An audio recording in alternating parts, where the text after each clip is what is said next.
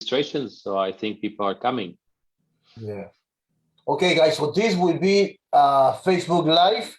I am connecting to Facebook Live, and also it will be recorded for the first 45 minutes, and then after that, no, you guys are welcome to stay. But the first half an hour will be recorded.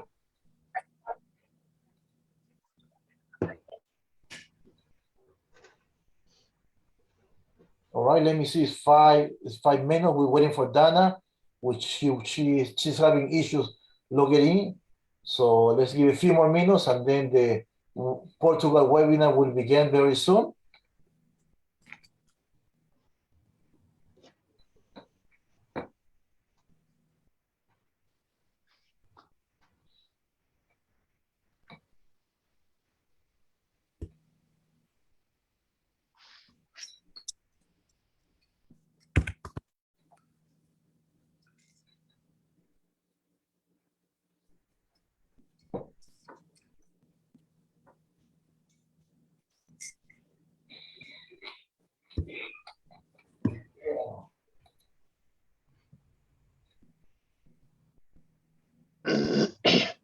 All right, guys, so I guess it's 4:08. Let me press the record button so we have a nice memory from this webinar.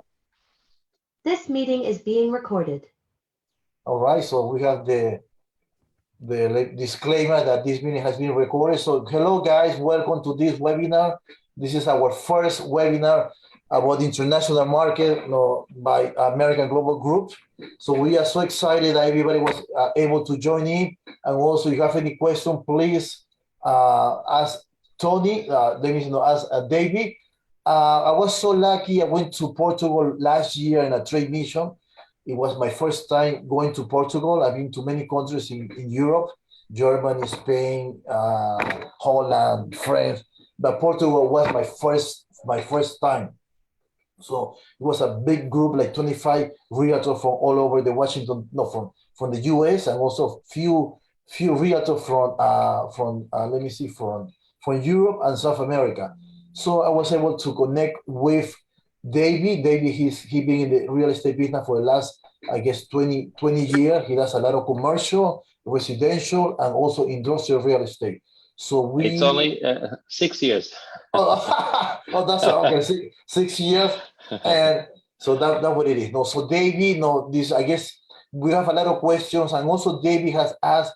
So please, everybody in the group chat, to put where are they coming from, so we have a better idea where everybody is from. It would be nice to see.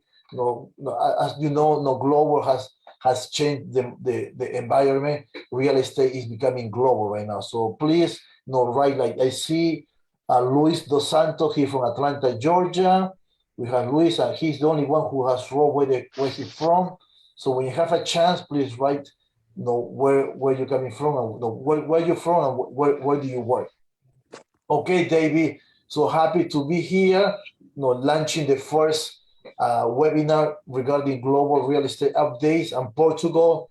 You are so blessed. You have a beautiful country. So the first question that everybody has, David, I've been talking to a lot of global real estate, especially realtors that we went to last year. We went to a trade mission to Portugal, and Portugal was ranked number 8 for the best place to retire in the whole world. Now in 2020, Portugal, I knew Portugal is nice. They have so much potential, the weather, the food, the people, the real estate investment. So now, David, Portugal in 2020 is ranked number 4. So yes, please tell us, David, why is Portugal, why so many people are moving to Portugal? Yes, well, it's a set of arguments, and it's 2022, not 2020. Is a lot of factors which we call the fundamentals of the success and dynamic of our market, and this goes through different aspects: the qualitative aspects, the government program aspects, the golden visa, the D7 visa, and of course it all impacts on the market, which then attracts the investors. And then we have the residential and the non-residential interest of investments. So I would be pleased to share some slides with you to talk about each of these factors. Let me just share my, yeah. Can you all see this? I hope so. Yes, we can see it. Thank you. It's very nice. Yes. Very good, very good. This is a detailed picture of the walls of the Lisbon Castle, and that's Lisbon. So I will go through some more detailed, some more brief topics about this Portugal update, which will help you to understand an overview of the market, both in why is it so attractive, and also about some numbers if we have time to develop a little bit of that. So the first question is, why Portugal? Why are we talking about Portugal?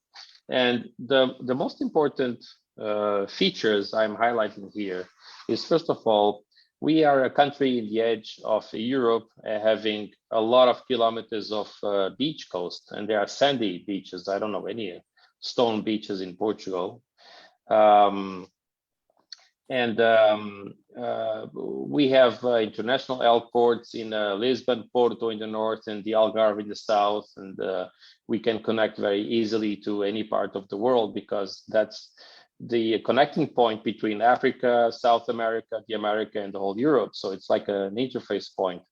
We can be in Paris in 2 hours, in London in 2 hours, in Germany, from Frankfurt in 3 hours, by plane in Rio de Janeiro. Okay, that's a little bit longer, maybe 9 hours. In New York, 7 hours. So all going to the west side. We also have a lot of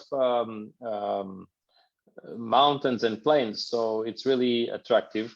And one thing which is very interesting for countries like United States, for example, is that actually we are a very small country. In distances, everything is for us long. You know, we take 1 hour, wow, 1 hour to go from one place to the other, where in cities like maybe New York or Sao Paulo in Brazil or something, 1 hour is just going from work, home, work every day. So, and from us, you just go from one city to the other city. So that's one of the arguments regarding the geography of Portugal. The second part is the climate. As you can see in this image, we are one of the most sunniest countries in Europe. That's because of the geographical position as well. And this brings a lot of interest from people where the weather is not so pleasant. And also it brings a lot of tourism. We have also a lot of golf clubs, which are always very attractive and interesting for many people from the north of Europe, from other parts of the world, who just come over for their golf seasons every once, twice per year. So the sun is very attractive. And in fact, this also helps a lot in the lifestyle, you know, because almost through all the year, you can just go to an esplanade in any kind of coffee and have your own coffee and chat with friends and so on, just outdoors very easily. Then you have this feature, and this feature is one of the other important ones. We are the fourth most safest country in the world. And this is a very important argument, only for your curiosity, because when we say we are the first, and everybody says, who's the first? We are the fourth. Well, the first is Iceland, and then New Zealand, and from last year, Denmark, because until 2 years before, we were the third most peaceful country in the world. And in fact, we are very peaceful. Of course, we have crimes, but we don't have this kind of violent crimes, organized crimes, mafias, and so on.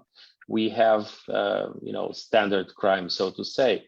But for you to have an idea, in Portugal, without exaggerating a lot, but you can go to the beach, leave your bag on the sand, go take your bath in the sea, and come back, and everything is there. You know, nobody's going to watch your bag to take it over in the first chance. I can also tell you a story which is interesting. I have some Spanish friends living in Portugal as expatriates, And the daughter, which is maybe 18 years old, as everybody else here in that age, they carried the mobile phone in the back pocket of their trousers, and nothing happened.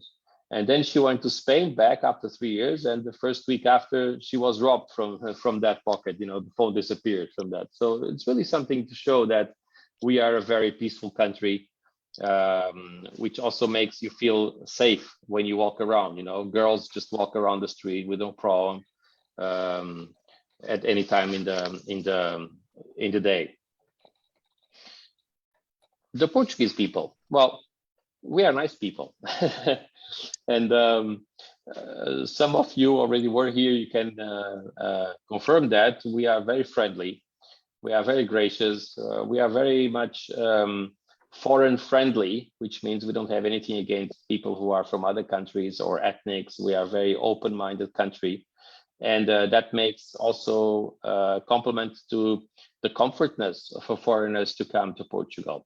Most of the people speak at least one language, which is the English. So also it's very easy to connect with foreigners. Another aspect here is that, in fact, we really have a good gastronomy. We have very comprehensive gastronomy. We have a country with a very big tradition of gastronomy, which have typical dishes and cooking styles from region to region. And that goes from fish, meat, the sweets, the pastry, and also the wine. The wine is also a very important feature, not only as economically, but also as a feature on the gastronomy. You have the red wine, the green wine, the green wine. The green wine is a special wine from a specific region of Portugal. And usually it's a young wine. It's a wine that's not going through the maturity in barrels. And that makes a very special wine, which is very liked by people who doesn't know. Usually we take it very chilled, it's very nice. We have a lot of different grapes. In Portugal, there's a lot of tradition to make blended wines with different grapes. We also have single grapes, like the Cabernet Sauvignon and so on, but we also have a lot of blended wines, which create very sophisticated tastes for trying.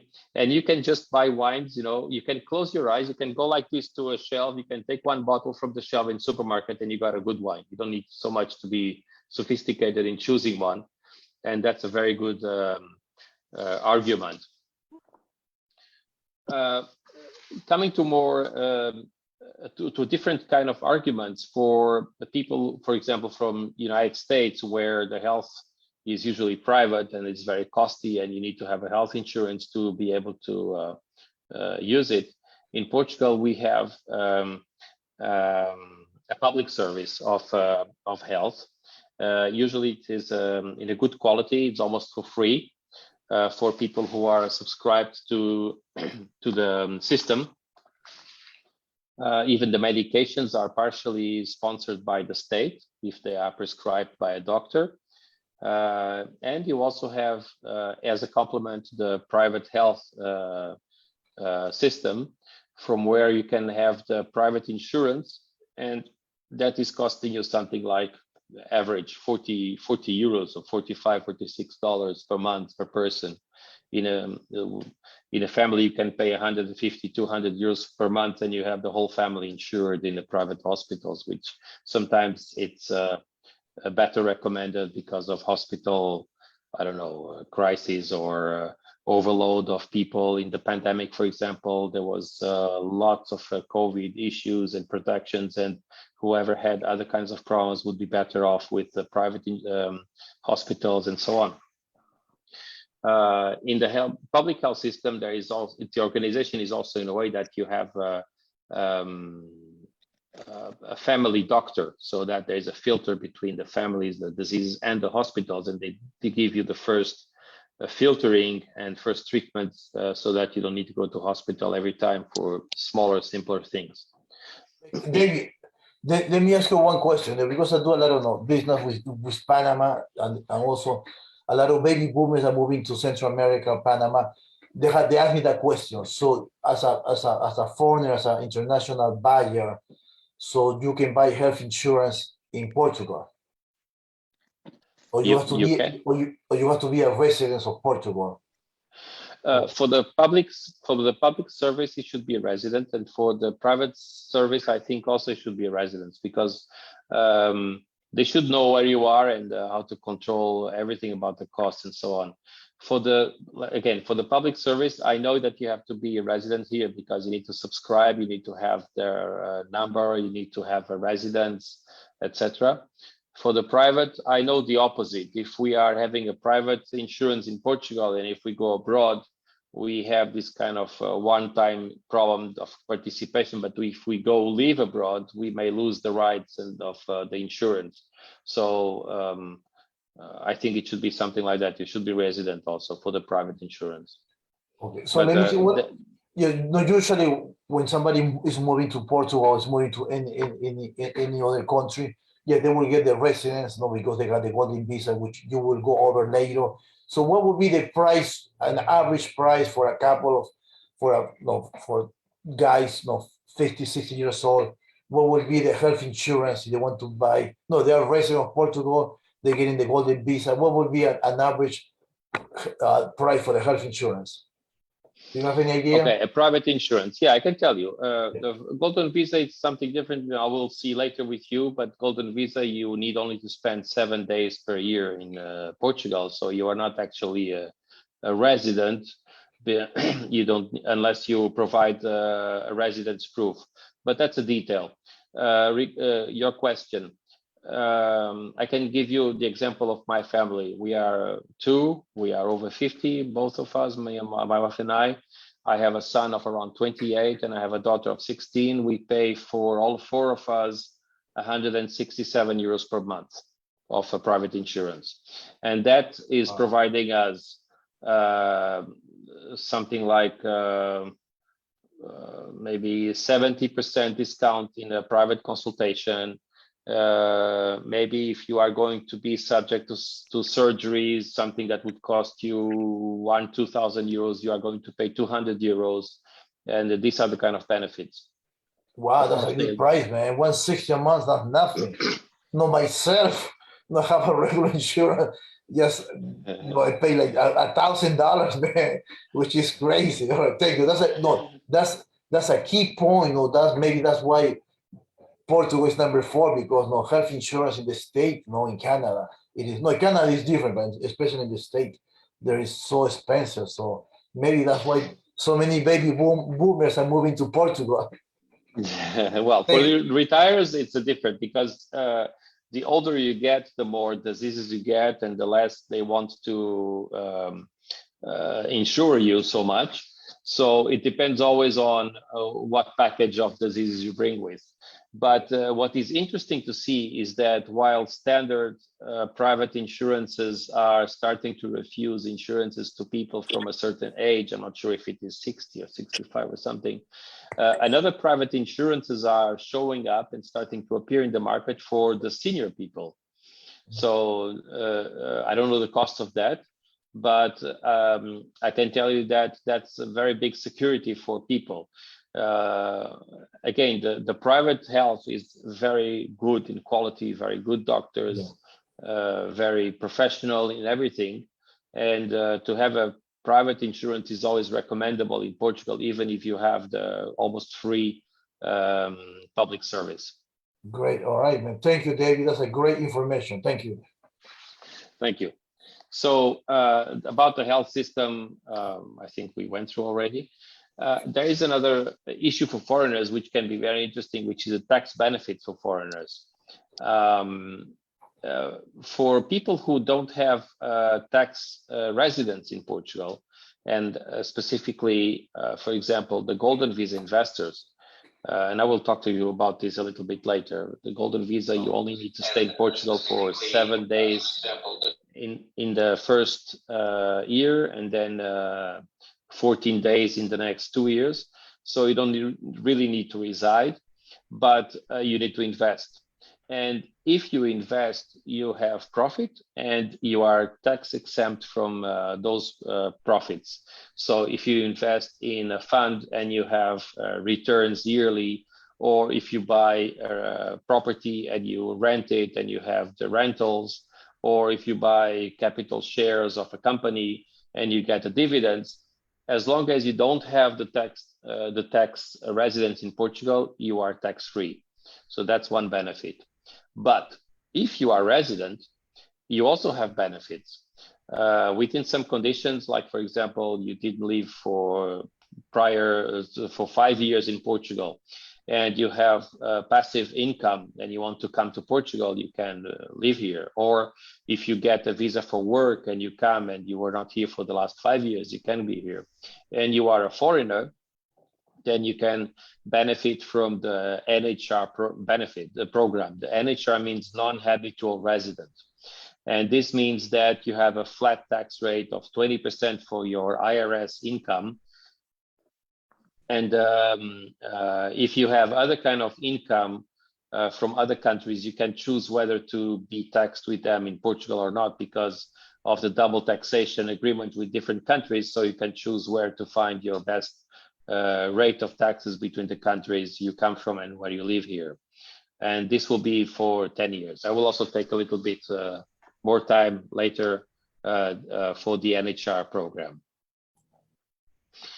Then you have the cost of living. The cost of living in Portugal, really, it's a cheap country for many of the Western countries, and even for the European countries, and specifically for the American cities. I put here this chart of indices difference. There's a site called numbeo.com. It's very interesting. You can compare all the cities you want to compare the different kinds of costs you might have in different things like consumer goods, rentals, and so on and so on. And you can see here, for example, that Portugal is more than half cheaper than the cost you have in New York in general. I did the same kind of exercise for London. You get something like, I don't know if I remember well, 47% lower than London, and on and on and on. So we are actually a cheap country. Every day there are news everywhere, either in social network or in newspapers, about today we are the best of, I don't know, the first, the third, the fourth best ranking of something else. And it was very nice that one of the latest news that came up in the headlines was a sentence from an American coming over to Portugal. And, very relaxed comment. He said, I'm saving so much money that it's almost a crime. So that's the feeling of people coming to Portugal, and I felt the opposite. Yeah, no, David, that's a great chart, man. No, 52%, 70%. I knew. No, that's not. That's another reason why so many people, baby boomers, they move into different places. But what about the percentage? No, what about real money? I don't know, $1,000. If a family, a couple, baby boomers, they buy the house cash, they take their card, they get health insurance, so they don't have any. They have because the mortgage payment is a big liability. The card payment also is about $300-400. So if they have they buy the house with you in cash, they bring their card, so they don't have any mortgage payment, no car payment. What would be how much money do they need? Not to go to a restaurant, go to eat, buy the food, pay the utilities. What would be an average? Yeah, well, if you don't have this kind of a very luxury life, if you have a standard life, as you say, you pay the house, you don't pay mortgage, you don't rent a house. That's one important part. But for supermarket, for utilities, for day-to-day, for having your car, I would say that. And actually, this Numbeo also has this kind of research. I would say that with something like 3,500 euros per month, you can have already a standard life. Not a luxury life, but a standard life. Because you see, we in Portugal, we have very low salaries. The average salary of Portugal is about 1,200 euros, average. Of course, you have higher, of course, you have lower, but the minimum salary is 705 euros. So for Portuguese, the tax is very strong. We pay taxes everywhere for everything. So the available money of a Portuguese is quite low, and therefore there is no space that everything starts to be expensive because the Portuguese cannot afford it. So that's why probably the things get much cheaper than other countries where the incomes are much higher. As far as I know, in Germany, the salary is something like minimum or average salary is something like 3,500 euros. So somebody earning the minimum salary in Germany would have a normal life in Portugal. Excellent, good, man. Thank you, David. Okay. So now the favorite slide of Mario. We are the fourth best country to retire 2022. Yes, well, I reproduced here a summary of 2 paragraphs of the magazine, international magazine, that elected Portugal as the 4th best country to retire. It's an online magazine called internationalliving.com.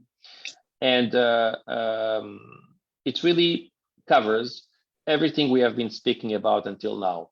And this is the importance of the arguments I have shown before, because these and a few more are what we call the fundamentals for the real estate dynamics in Portugal.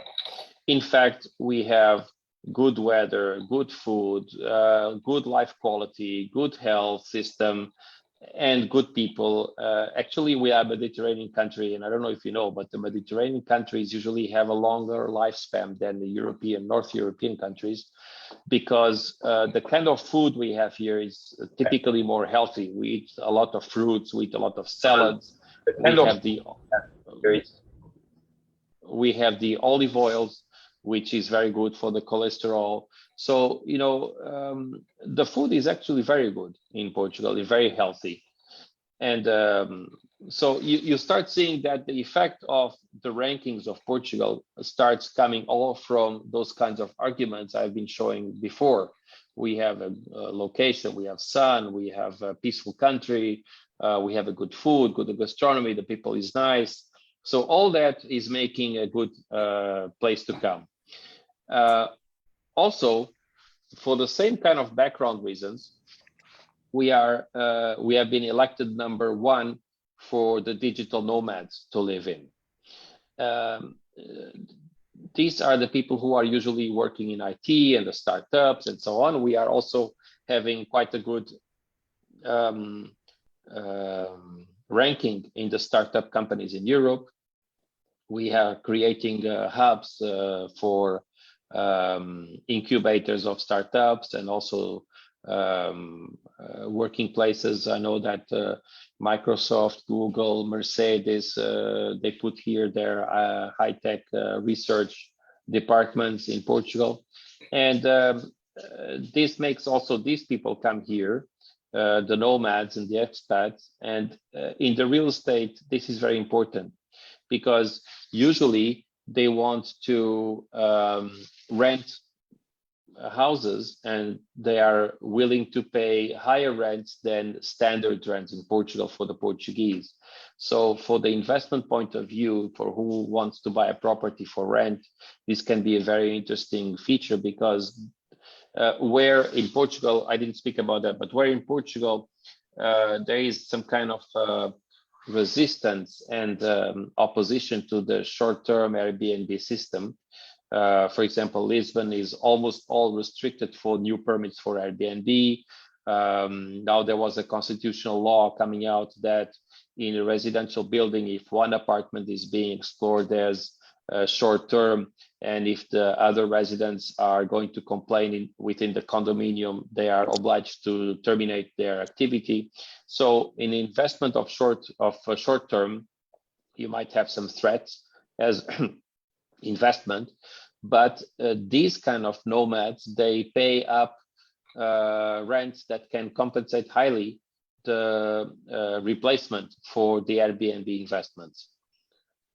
Usually they like to come and stay in historical regions, they like to stay in trendy regions, and therefore you can find this kind of higher rentals. And that is why this is an important feature for the real estate. So before I move on to the next topics, what I want to say is that, yes, we have good sun. Yes, we have good food. Yes, we are nice people. But I think that what is really making all these very important is that we have all these features all together. If you think about countries like Brazil, for example, it's a very sunny country. You have sun, you have wonderful beaches, but it's known you have crime. So it's not a safe country. If you go to other European countries, you might have good food, but maybe some people are not so foreign friendly, for example, or they are not speaking so much English based and you have difficulties to connect. We have everything together. And I think that this is the, let's say, the connecting dot that makes Portugal outstanding for the attractiveness of foreign people, is that we really have a comprehensive number of characteristics and features that are attractive altogether. So I would like now to say, okay, so we want to go to Portugal, how? So there are two ways. One is the golden visa, and the other is the D7 visa. Of course, we have the other kinds of visa for working visas and so on and so on, but I will just take a little bit time to explain you the highlights of what is one, what is the other, and also a little bit about differences between one and the other. There is a consulting company, UK-based, called Henley and Partners. I just read this today, so I just did some handwriting notes. And they say that comparing to 40 different programs worldwide for Golden Visa, Portugal was elected the best one in the world. So again, one ranking for good position ranking for Portugal. It is because of the reputation, the quality, the compliance system we have in Portugal. So we do filter investment requirements, the tax, and the time to citizen, because we don't require more than 7 days per year of remaining in Portugal to be entitled to the golden visa. So some of the things I am writing in this slide are not exclusive for golden visa. There is a law called the law of foreigners, who is regulating all kinds of the visas, the entries, and who is controlling, and well, all that stuff. And the golden visa is one of the ways of entering and getting the residence permit, but some things are common for all other kinds of entries and residence. For example, the family reunion is something across different things, including golden visa and the D7. What is the family reunion?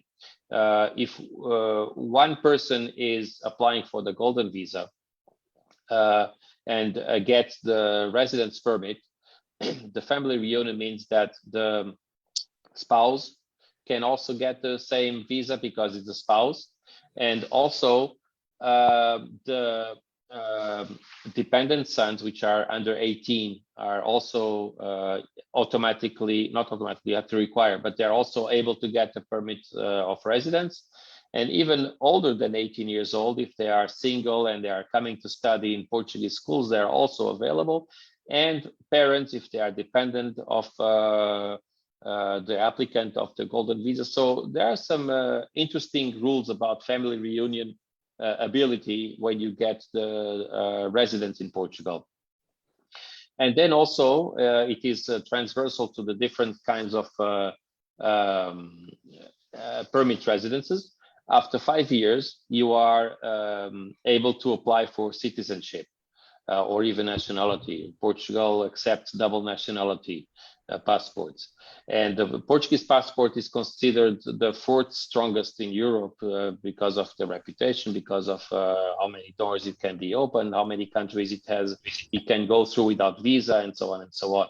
So, of course, there are some requirements, which are you need to speak basic Portuguese after the 5 years, and you need to have your criminal record clean, you need to have your own financial independence, and so on and so on. So the golden visa is a residence permit, which is given against an investment. So what kinds of investment? Oh, before that, so the beneficiary can have different ways of investing. I will talk about this in a minute. you need to stay here for minimum 7 days in the first year and 14 the next. Why? Because the residence permit is always given 1 year for the first time, and then renewable for 2 years, every 2 years. So you have to renew it twice. You have to apply for the first year and you have to renew twice until you get the 5 years. So that's why it's 7 years, 7 days for the first year and 14 days within the next 2 years, which don't need to be followed. You can come 2 days, you can come another 2 days later, whatever. You need to hold the investment for at least 5 years, which means in practice 6 because of the formalities that usually the authorities are taking to consider that. So it's the moment you buy until it is until you apply for the visa, and then from then 5 years. So again, the family reunion, and the benefit also that is that you can travel through all Europe, the Schengen, which is I think 22 countries out of 27 or something. So almost the whole Europe you can travel without any visa requirements. So these are the benefits of the golden visa. I know many people, and I have been helping some people to get the golden visa who are, for example, thinking about retiring within the next 5 years or 10 years, but they are using it now because first you have the program, and second, if they decide to invest on the real estate is so hot that probably in 5 years or 10 years, the investments, besides the return they will have for renting it out or something, will have a capital gain because the real estate is very dynamic in Portugal. So the law changed from 2022, and it complicated a little bit. They introduced some concepts. There was some pressure from political sides to say that the golden visa was making harm to the people who wanted to get their own residence, the nationals and so on, and there was some political pressure. So starting from 2022, for the main areas of Portugal, which are all the coastal areas, the main cities, etc., it stopped being eligible to buy residential properties. Residential means houses aimed for living, which can be for own living or can be for renting out for living. So they created this criteria, they created another criteria called interior territory, and within that, the low, high density populated. So it created a little bit confusion. Also, they changed a little bit the minimum investment requirements for the real estate and for non-real estate investments. So this is a summary. Of course, that only for your information, I did a full presentation only about the golden visa. So it's quite extensive kind of thing. So explaining all these things and all the kinds of differences. In practice, the new way to invest is still in real estate, but either into non-residential or into funds, equity funds. Non-residential can be in commercial, but a way to replace that was to implement touristic apartments. So as they are touristic, the classification is of services of tourism and not of residential, and therefore you can continue to buy properties which are on this kind of classification. And quite some developers are targeting for golden visas, so they are targeting to invest a lot in this kind of touristic developments and then to sell out to golden visa. Only for a very quick comparison between what does it mean to buy a fund or a residential property. Basically, of course, you have the risk analysis, you have the management analysis, and then you have to decide whether you want some real estate because you want something of your own, or you want something which is more or less tangible, like an equity fund. But there are some benefits for buying equity funds, as long as you have chosen properly regarding what are they doing, who is their management, and really how they are providing you a good return, a good exit strategy, and so on. But there are clearly some tax benefits on that because, for example, when you buy properties, you have the property transmission taxes, you have the property ownership taxes, and you have some investments to do. When you buy a house, you have to furnish it so you can rent it or even to live with it. whereas in the private equity, you have a lot of tax exempt in this matter. And again, for a golden visa, as I said previously, if you are not a tax resident while you are out, because you only have to stay here for 7 days per year, you have no tax income, tax over income of returns of rentals or the yields from the funds, etc., or even capital gains when you sell after 5 or 6 years when you want to sell. This is just a highlight. Excellent. Hey, David, I know it's like 45 minutes already. Do you have any important? I know this is a great presentation, David. Thank you very much. Again, we will have like maybe 10 minutes Q&A section for them, so people have. I see in the chat they have few very good questions, and also we have a special guest, which is Tony Dianza and Cesar he's the president from New York. He's putting a trade mission together to Portugal. So you want to maybe close your presentation, David? We have Tony do his presentation, and then we have a Q&A for another 10 to 15 minutes.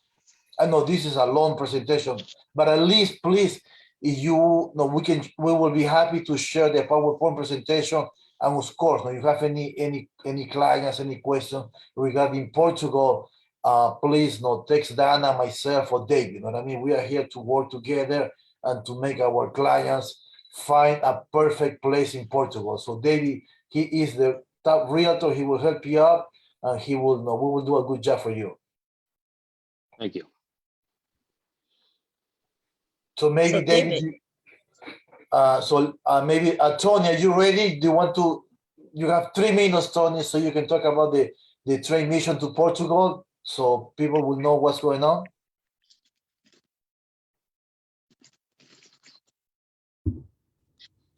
Can't hear you, Tony. Your microphone is off. No. Tony, microphone. Oh, yeah. Thank you, David. Thank you. It's a pleasure to speak with you again, and we look forward to seeing you in Portugal very, very soon. We're going to be there in almost 1 week, week and a half.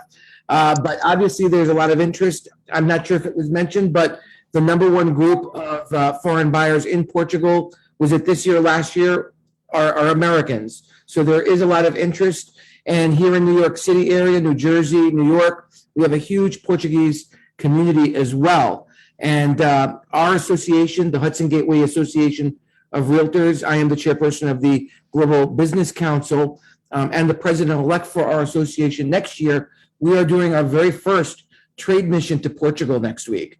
And we are the Global Ambassador Association to the Portuguese Association. So we'll be working with Pedro Pereira and with his group and with APAMIP.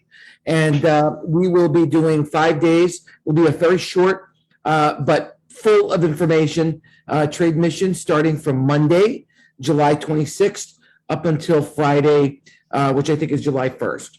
So we'll be starting in Lisbon, and we'll be finishing in Porto. And we're basically going to be doing a tour of those two cities. We'll be meeting with local experts. David, you'll be there. I think you'll be there with us.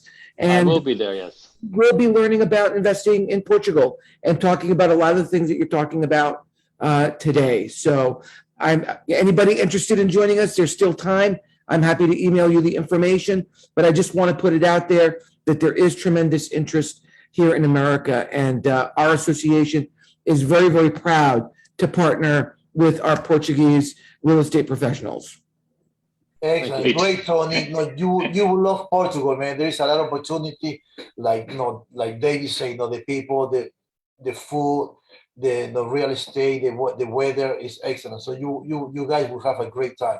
And thank you, Mario, for all of your help and advice. You've been fantastic. So thank you. That's who we are, Tony. That's who we are. No, we are huge real estate family from New York, from Florida, Portugal, all over the world, man. So thank you, Tony.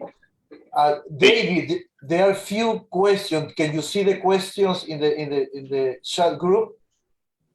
Yeah, let me. Hey, Tony, while he's looking that up, you and your group are in for a special treat. Visiting Portugal is just wonderful. It's magical. And having David participate in that with you is just going to be awesome. He's just a wealth of knowledge and expertise. Great. Thank you, Frank. Thank you. It's a pleasure to see you again, Frank. You as well. So let me try to find here the chat where, oh, a lot of questions here. Let me see. Yeah. So let's start from the beginning. Hello. See you. Oh, Dave, one question is, what is the difference between low density and high density? Yeah, I had a very big trouble to understand that in the beginning, but now I studied a lot about that when I was doing my golden visa presentation. Yeah, so there are two things you need to know. It's about interior territory and external territory, exterior territory. If you allow me to share with you one or two slides of the golden visa presentation, I have some maps, and visually it might be easier to help you out. 1 second. While you searching for the slides, Rose, you have a question regarding the date for the trade mission to Portugal?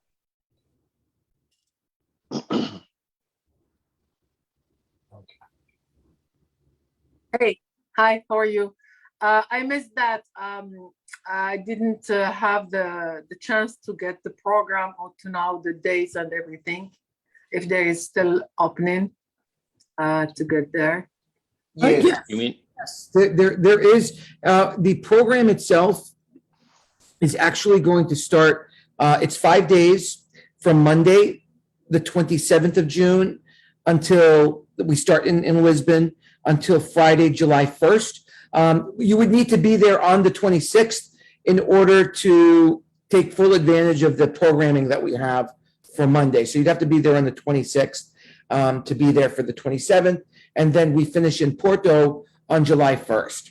And some people will be going a little bit earlier and also coming back a little bit later, including myself. But if you want to share your email address, I'm happy to send you the information. Thank you, Yeah, Tony. I heard in the beginning from the 27th July to 1st July, so I was confused. Oh, sorry, June. Yeah.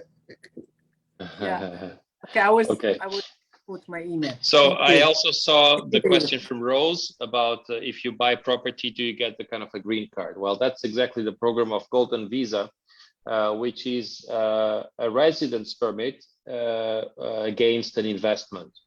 And those are the rules I was just showing. I don't know if you got the rules about the charts of what you can buy, what you cannot buy, where, what are the minimum values.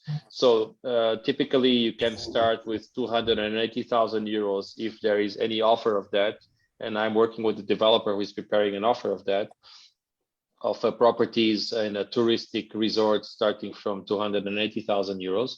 But typically 350, typically 500,000 euros for properties or fund participations. And with that, of course, with intelligent purchase, you know, about the best options, the most safest options, the most exit strategy options that we can help you out. You are entitled to apply for the residence in Portugal. And that residence, you will have 1 year residence. You can renew for extra 2 years twice. And after 5 years, you can apply for the citizenship in Portugal. Okay, thank you. You're welcome. Thank you. So now I'm sharing you about the interior territorial, and I will explain to you exactly about the low and high density. So as you see the gray areas, are you seeing this map? Am I sharing? Yeah. Yeah, As we you can see this it's very map, clear. Thank you. okay. Can you make it full screen, David? Oh, is it not full screen? Wait. Yeah. Thank you. Thank you, Frank. So as you can see, the gray areas were excluded for being able to buy residential properties in the concept of Golden Visa. Of course, they excluded all the interesting areas, which is all the Lisbon metropolitan area, the Porto metropolitan area, the Algarve metropolitan area, all the whole district almost. And only in the green areas you can buy residential properties. But other than that, they also created the low density and high density concept, which you can see here, The criteria is low density is where you have less than 100 inhabitants per square kilometer, or a gross internal product per capita inferior to 75% of the national average. So it's very technical, but many people did the map, and this is the map. So you see that, for example, even here in this area, you might be able to buy as interior territory, but because they are not low density, that means that you can still buy, but then the difference goes into here. So if it is interior territory, you can have a 20% discount on the standard value. If it is over 30 years for renovation, you can go to 280. So there are benefits on the values you can have if it is a low populated area. But as I used to say to my clients, you always have to see 4 criteria for the investment. It's the entry, so you see how much you have, how much you are wanting to invest, and so on. It's the return, so it's really how much return can you get. Usually it's not so much, because the third point is the risk. You don't want risk in there, so usually low risk means low risk means low return. And the first point is the exit. You need to know that when you want to sell, you will be able to sell. It's a liquid asset. So within these 4 criteria and all these chart you are seeing here, that's the trick to find the right asset. Hi, Dana. Hey, so David, I have a quick question. Yeah. Due to the sake of time, can you just talk briefly on the commercial market and what incentives that The commercial market. Yeah, and what incentives? What would you like to know about commercial market? Do Portugal offer any incentives for bringing your business there? Is there any kind of taxation breaks? Well, about taxation, I already explained now that it depends if you are resident, if you are not resident. So if you are not resident and you want to invest, you might have tax exempt. But for this kind of commercial investment, you might need to be having you have for sure to have a tax number. You don't need to have tax. You need to have some residents maybe, or at least some local. But yeah, well, the tax and the residents, you have to look at it. So you would have to be a resident to have your company over there. No, you don't need to be a resident to have your company over here, as long as there's something that they can control and tax. But this chart makes part of the presentation, which I think Mario will send to all of you. Okay.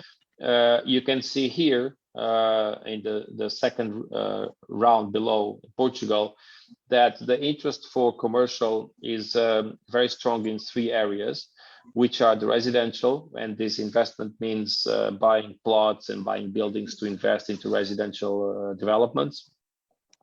You also have interest in offices, office complexes. And the third, very close, is hospitality. Of course, Portugal is a very touristic country, so hotels are very interesting.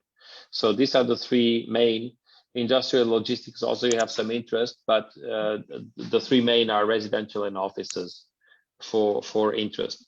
And you have here above left, what are the standard average yields you might get from each of the kind of commercial property you might want to have. Okay. Excellent. Okay. Great. Well, Dana, thank you. Welcome to the webinar, Dana. You were able to make it. Yes, I want to do a quick introduction about Dana. Dana Dickinson. He's my business partner for American Global Group. She's from Charlottesville, South Carolina. Beautiful city. I was there. When was it? Last month sometime. Last month. That's right. It was a beautiful city. They have a lot of opportunity. Dana, she was with me, with a lot of us in the train mission to Portugal last year. Also, this year we went together to Dubai. So she is a global realtor. So Dana, thank you for coming. So you will do the closing remark for this webinar. It's almost like David. It's almost 5 p.m. in the East Coast. So go ahead, Dana. David, would you like to? You want to put the last page of your PowerPoint? So, of course. So Dana can do the closing remarks. Go ahead, Dana. Of Yes, I'd course. like to thank everybody for attending the webinar today. Thank you, David, for an excellent presentation. That was Thank you very very much. thorough. I feel like I don't have any questions left. There's our contact information for Mario, me, and David. You can contact us anytime.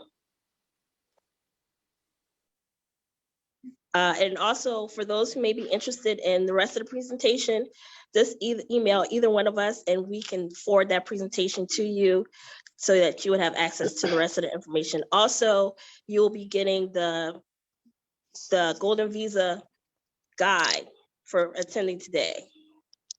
How thank you many all. pages, Dan, how many pages, or David, how many pages are the Golden Visa information? That's a very good package.